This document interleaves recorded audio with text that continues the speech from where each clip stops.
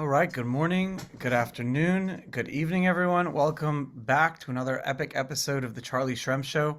We're together twice a week, powered by Waxman. We get to dive deep with some of Bitcoin and crypto's most influential leaders to truly understand how this movement came to be, where we are right now, where we're going. And frequently we dive into these awesome topics and we kind of take them apart and dissect them. We've been on this journey talking about decentralized identity. And over the years, I've had the privilege of discussing, debating, and diving deep with some of like the craziest people, some of the most brilliant minds. And today we have two great guests for you. We're on episode 4 of this decentralized identities series, and we're setting our sights on a topic that we kind of been discussing, and that is proof of accountability. And imagine a horizon where, the idea of all of our data and information in being in these siloed centralized places. Imagine that when that can be, tales of the past. The waters that we're navigating today are vast, but our guiding beacon remains true, that if we can prove accountability, and our guests that we're going to talk to today about it, it'll remove a lot of trust that is required in the world today that maybe that we don't have to have. And that's kind of been one of the visions of the original visions of Bitcoin with Satoshi, was like, you could trust but verify. If you could verify things, it's much better than needing to trust. Those big crazy incidents we don't need to have anymore. And so I'm really excited. Ingo Rube of Kilt, thank you so much for coming back on the show. Nice to be here again. Kilt is at the forefront of this technology, redefining blockchain, decentralized identity. Your commitment to proof of accountability is stands as like a huge like shining city on the hill, if you will. It's really important to you. And Samir Fadlallah, thank you so much from Berlin. Thanks for coming on the show today. Thank you for having me. You're the Chief Information Officer at Axel Springer. You represent, you're a media and tech titan, huge company. You guys have iconic brands like Insider, Politico, Build, and DeWalt. You guys are more than just a company. You guys are like a huge powerhouse, but at the same time, investing in different technologies that you feel can make the world a better place. And it looks like so. Thanks for coming on and talking. Your 15 years in, at the company and kind of in different roles and everything. You're going to be able to shed some light on that. So I'm really excited. Ingo, um, Kilt is a standout name in the decentralized identity space. Can you give our listeners an overview of Kilt's mission and how proof of accountability fits into it? Yeah, so what Kilt does is digital identity or decentralized identity.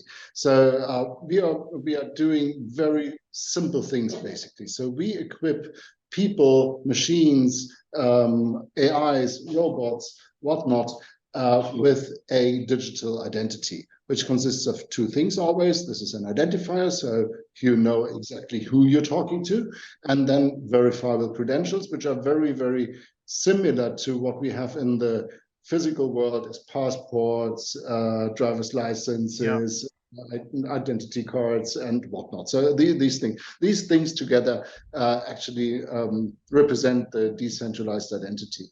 And how did we actually go into the discussion with about proof of accountability? That was actually a discussion I had with Samir, who's on the show currently, when we were talking about how AI is actually going to influence everything that is content production. And that is a pretty interesting thing. And we were discussing, is it really interesting to know that you talk to, that this content was produced by a human or not?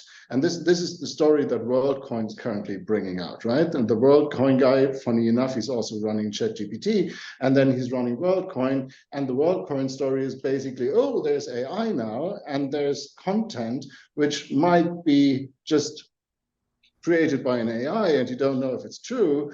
So it would be nice if you knew that a content is actually generated by a person and not by an AI. And what we discussed is that this is actually not a very good story, because first of all, this would imply that things from AIs are lies and things which come from human are not lies. But we've seen in the past, since humans exist, actually, we see that humans also lie. Also in the future, we will see that if we get content from a human, maybe with a DID behind it, so it's really signed. So this is signed by Ingo. So this is really content produced by Ingo. That can mean that Ingo is still lying, but it can also mean that Ingo used an AI to generate the content. And then it's actually AI content, but signed by a human. So the whole thing, what WorldCoin is discussing right now, is actually not very intelligent and doesn't lead us anywhere. This is exactly what's happening in Hollywood right now. You guys know with the strike. I mean, it's exactly that's what the biggest thing that they're striking over is when it comes to like screenwriting and scripts. I mean, I have like in front of me, I have 15 scripts, but that's exactly what the strike is about right now. There's a huge strike going on in Hollywood. It's over like like screenwriters and things like that. So this is like definitely not just a crypto problem or like something in the media space. It's spilling over into like a lot of different places of the economy. Like you go out to LA, I'm heading out there in a couple of weeks, you go back out there and it's like crickets. There's nothing going on. But why acts like Samir, why is this important to you? Like I get why, and the company, I get why it's important to Ingo and Kilt and for like crypto nerds like me and for the rest of the world. But why would it be important for like a company like Axel Springer? As Ingo already mentioned, I think like especially the challenges which comes with AI also for our industry specifically, right?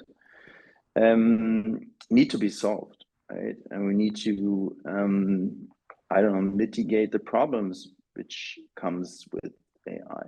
And we, as Axel Springer, we decided, of course, to embrace this kind of new technology.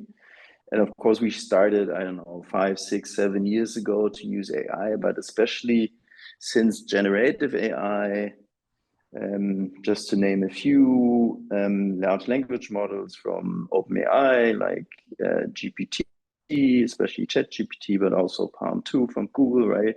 So I think the world has changed, especially for our industry. And of course, we want to use this technology, but it comes also with some downsides, right? And I think some of these downsides can be solved by using technology like Kill Protocol and really rely on proof of accountability and not only on proof of personhood, right? So, and looking at our business more in detail, of course, the way how we create content right now, it's done by humans, and we're a content first company, and of course we invest heavily in journalism, which also means that we invest into journalists, right? But regarding content creation, AI comes into play right now, and a lot of things we did manually in the past can be done by Gen AI automatically, right? And of course, we want to use this. And maybe it gives also some freedom to our journalists concentrating on investigative stories, exclusive interviews, for example, the stories behind a story, of course, but regarding summary of content, just putting out information there, create a short version of an article or a text for other platforms like Facebook, social media platform, whatever, right? Can all be done by Gen AI. And in the past, we did this manually with human beings, so with journalists. And that's where I also see the chances. But when it comes to content creation, you can easily create content with Gen AI. And it always sounds great. And the text is often great, but sometimes facts are not right? Sometimes even Gen AI LLMs, like humans, can lie, right? So we have to fact check this. And that's why we think the proof behind that, especially proof of accountability, is the solution to parts of this problem, right? Yeah. Ingo, It's how is a it little the bit solution? when you look in the when you look in the physical world or newspapers or online publications, then you normally have people who are journalists, right? And those journalists, they are accountable for their work.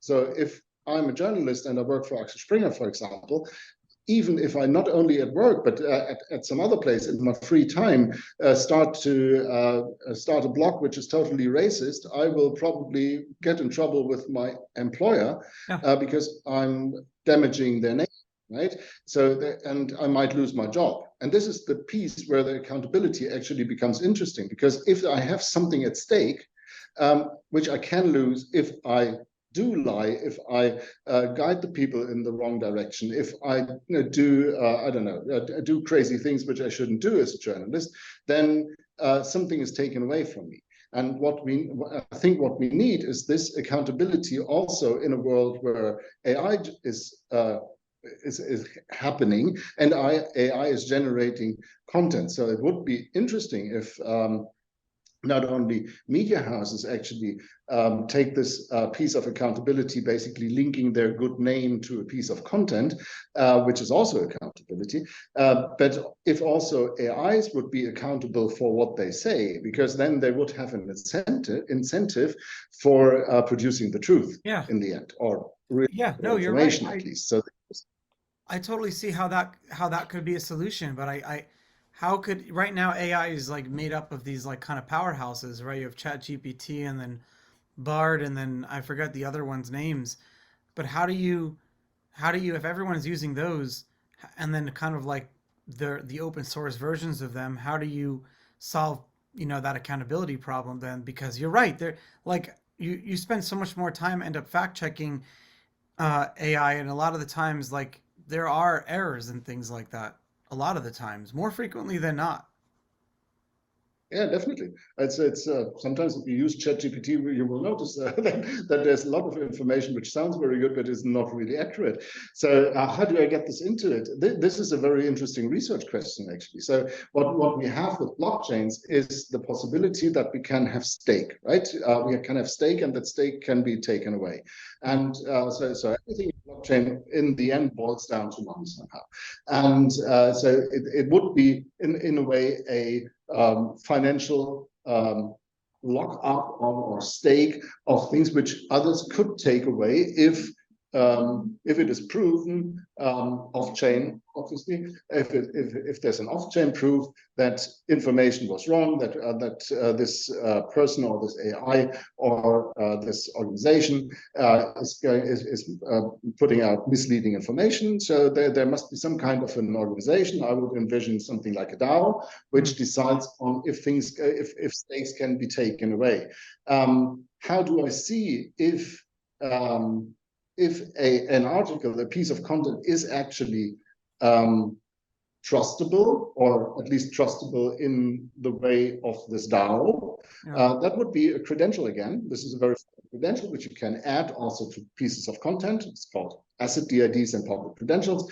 So these things could be added to content pieces, and then every browser, every application which displays this content could then have a green check mark or display a green check mark with articles which are from this organization. The interesting thing about that is that such a credential can also be revoked retrospectively. So if there's wrong information out there and it has a green check, for example, for this is good content because that is an organization which normally does good things, then if this is revoked, then if this organization is losing the trust because of the stake is taken away, then those green check marks would automatically disappear, which is pretty nice because it's all recorded on blockchain. And you can revoke informations. You can revoke credentials on blockchains, at least on the blockchain. So that would be an interesting play of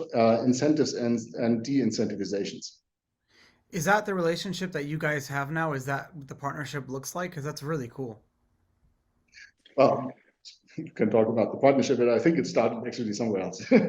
Yeah, so it started somewhere else. So we started, I don't know, like maybe 1.5, 2 years ago, we started the project with Kilt, and we implemented Kilt protocol, and created a decentralized wallet for our users. So it was like, let's say the normal use case, how you can like easily use Kilt protocol to create a decentralized wallet and make your users, you know, Comfortable. have full control over their own data and use their own wallet to sign into our paid content product. And this was actually the project or the initiatives we started.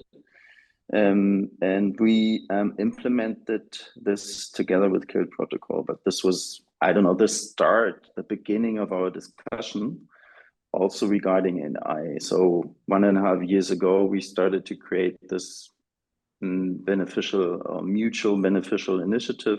And then we started the discussion around AI.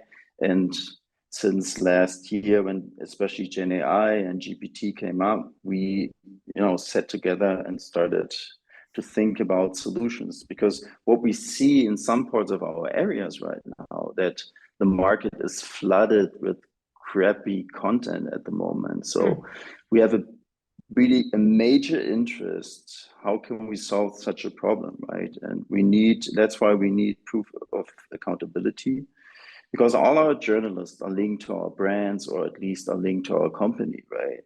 And we as a company, we stand for quality journalism, and we want to make sure that quality journalism is still informing the people out there, right? And that's why we need such a solution as Ingo has already described. You think it'll lead into a world where people, because there's accountability, you have like you have people will kind of care more about the journalist. Like they'll look at who the journalist is when they're reading an article and understand based on their like proof of accountability where that journalist like sits on a bias line or whether their content has proven to be good in the past or has proven to not be good. Like I think people will like start to follow journalists now, and that'll probably help the world of like investigation, because really without the free press there's no democracy.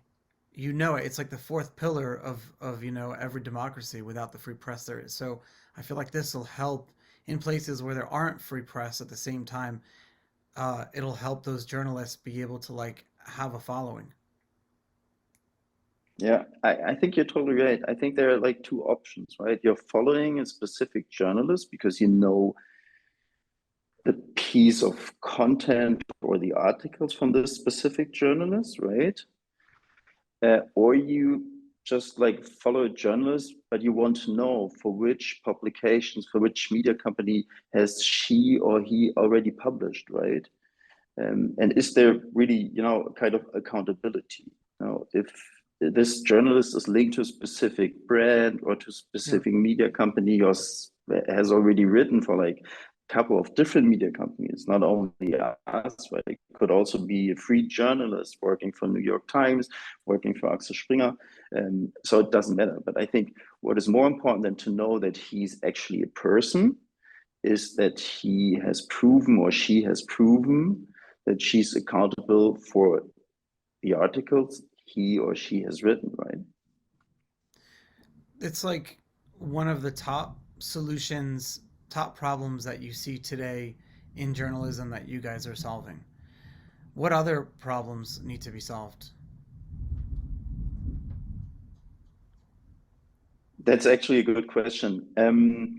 I think you've touched one question regarding the big LLMs we see on the market right now. Yeah. So we have already mentioned OpenAI's GPT model. We have already mentioned Palm 2 from Google, for example. And there are big players on the market right now. But what we will see in the future, and this is like just my personal view, is that open source models will come up. And for specific Yeah, they will. use cases, we need maybe specific LLMs or models right now, right? So, and that's like really a big question from my perspective. Are we dealing with Palm 2, Llama, and the rest over the next couple of years, or will we see open source models coming up for specific use cases, right? And I could like also envision maybe models from specific media companies trained in a specific way, right? Regarding quality, but also regarding the tone of our specific brands, for example. We have, as you mentioned, Bild, for example, is more a tabloid brand, Yeah. totally different tone and let's say sound than Welt, for example, or Insider Political, right? So, and I think this is the big question from my perspective. Will we see open source models trained by specific media companies? There are some examples on the market right now. I Oh, yeah. think, for example, Bloomberg has decided to create their own model. And this is not because ChatGPT is not good enough. I think the training and also the content you use to train these models, can also lead a model in a totally different direction, right? And maybe also raise the bar a bit higher when it comes to quality journalism. And for specific use cases, this model will be maybe better than ChatGPT, Llama, and so on, right? Well, if you have going back to so at Ingo, what you were saying about when you have like an economic incentive to tell the truth and to have the most quality, that's a really interesting perspective here because you're not just talking about journalists, you're also talking about the AIs themselves too. So we're seeing here is that Bloomberg wants to like train their own model. I could see how if you guys train your own model with your own information, your own like proprietary information that's like right now ChatGPT and others like theoretically they don't have access to, you could build a much better quality model that can put out much better content. And then going back to like with Kilt with their blue check with the green check mark, I understand Ingo how it would disincentivize me from putting out bad content, but could I, as a journalist, get paid by the protocol, or me as an AI bot, or owning an AI bot, can I get paid by the protocol as well for putting out quality and the best stuff too? Probably not by the protocol. That would be the wrong place. I think what the protocol can serve is the truth about if this is quality content or not. So that's what blockchains normally do. I think the secret of earning with content production is always the reader. So if you have many readers, you will have a lot of money in the end. So and they decide with their feet in the end. So either they go to your place or they go to a different place for receiving their content. And what the proof of accountability can add to that is a green check mark, which says, okay, this is checked. And you might want to read more of that because that is fact checked. This is you trust that. And if you go somewhere else and you don't find that, if you are a friend of conspiracy theories, maybe you will find yourself happy there, but you know that this is all not fact checked, and that's another thing. And probably the more people in the end will end up with the quality content, and you have a better possibility to earn money there. And maybe you will also be picked up certain content. So it's interesting where that's social media, right?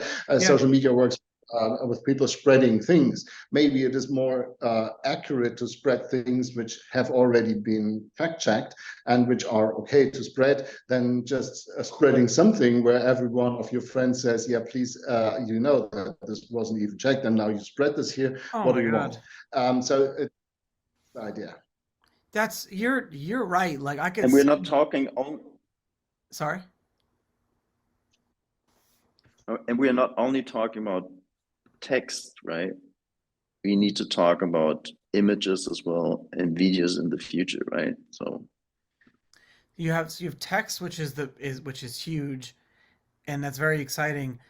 And at the same time, what Ingo you're saying, like I remember going during the election season, going through like Twitter and all these other like it's not just the longer form articles. It's like the sound bites it's the headlines and it's the like summaries of the article where you have the most bias because people don't a lot of the times read the long form content and they don't see a lot of journalists will present both sides and they'll like try to go that line. And so I really am excited about like where you have the shorter form but also like the headlines kind of influence. And what I was getting at is like so many times my like older family members will call me up and they'll be like, "Oh my God, I saw this and this on the news, or I saw this and this on Facebook." And it'd be so great if there was like just a green check mark or some way that you can know if that information was, there's better accountability right there. But you were saying about Samir about the image and videos, dude. That's the almost like a bigger problem because that I almost forgot about, especially during wartime. How many times do you see like there'll be a war and then you'll see a picture, oh, such and such country is killing all these people, and there's like an image, but then you'll see like, oh, wait, that's from like another war like 10 years ago.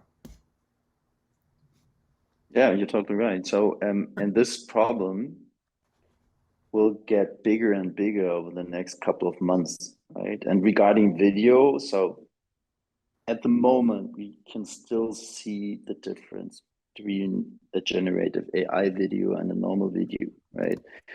But within the next month or years, you can't see the difference anymore as a human, right? So, and we need solutions there as well. And images are produced, videos are produced by AI or of course by humans, right? And we're facing the same problems here for images and videos, and we need solutions here as well. I was really freaked out by deepfakes. Like a half a year ago, it was all over the news. I was like, so you're telling me that we can still tell the difference between AI generated, like, like if you have a video of my face or something doing something else, we can tell the difference still, whereas in the near future, we won't be able to? Yeah, I think so. And there are great examples out there where you can like nearly don't see the difference. So you need to dig deeper a bit more. And there are still also some solutions and tools on the market right now who can give you a kind of score, and you can like easily find out whether these videos are fake. But regarding images at the moment, just Okay. one example, maybe you remember the story about the Pope and this like big Yeah. jacket, right? It was fake.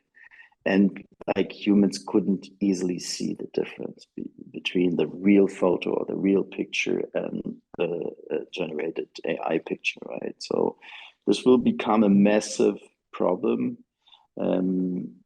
next to the texts we were talking or articles we were talking about. Ingo, can you solve that problem, please? No, we can't. No, blockchains have very limited capabilities. I think you can use them for cool stuff, but you need stuff around. So as we've heard now, there's tons of problems, and there's a core of a solution which could be this proof of accountability. But there's other things which still have to evolve, right? So the DAO I mentioned, this doesn't That's exist true. yet, right? There must be people and journalists and maybe also media companies and maybe also I don't know associations of media companies and so on. They have to come together and actually make an effort to do this and to build this thing. And so this is nothing which is going to be launched in the next 2 weeks or so. This is something where we really have a lot of research work to do, how we actually do the incentivization models for people and for AIs and for organizations in a way that they incentivize enough, not de-incentivize also enough for not gaming the system and stuff Yeah. like that. So it's going to be a really, really Yeah, I see what complicated you mean. case that we hear.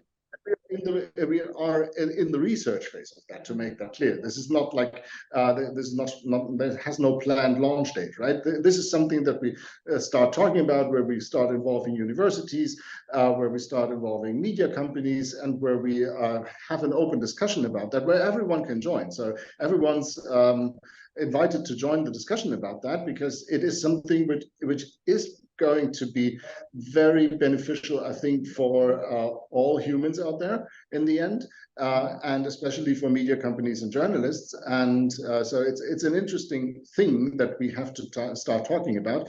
And the only thing that we can basically provide there as Kilt is the blockchain, which actually handles the verifiable credentials, which handles the public credentials for the check mark, which handles the DIDs for identifying the journalists or the AI or the organization, and issuing credentials for that. So we do have a base technology for that, and there's an interesting use case that we all together have to build on top of it now.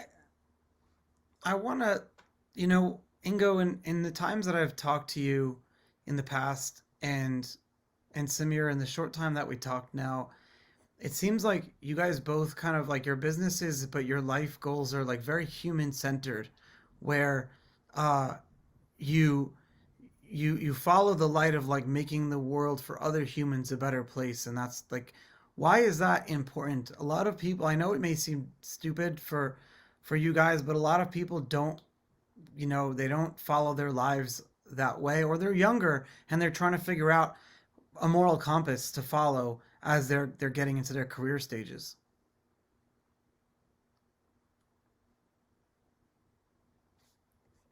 I don't know. So Samir, say something. I'm just very Yeah, I appreciative. think like that's actually, you know, you've mentioned that I'm working for Axel Springer now since 2008, right? So 15, 16 years now. And this was always the purpose of our company, right? We are a content-driven company, and we know our role when it comes to democracy. And as you mentioned before, free press is so important. And that's why we don't operate in every country worldwide, because we care about democracy. You know? That's the reason why we are not operating, for example, in China, right? And so next to our business, and of course we run a business and we want to earn money. And even though we are using AI to create content, before we put it out there, we do the fact checking and using tools, of course, to help us fact check things, because the quality of our journalism is key, and we want to really get the trust of our users and readers, right? And the problem we were talking about, which comes up right now, is really a serious problem, not only for us, but for the whole industry. And as you mentioned before, at the end, will touch everyone. So it's a societal problem we need to solve together. And as Ingo mentioned before, there are technologies in place. We have kind of like, let's say, the base infrastructure for that, but we need to build things on top of it. Right? So maybe short answer to your question. I just try to do something useful with my time.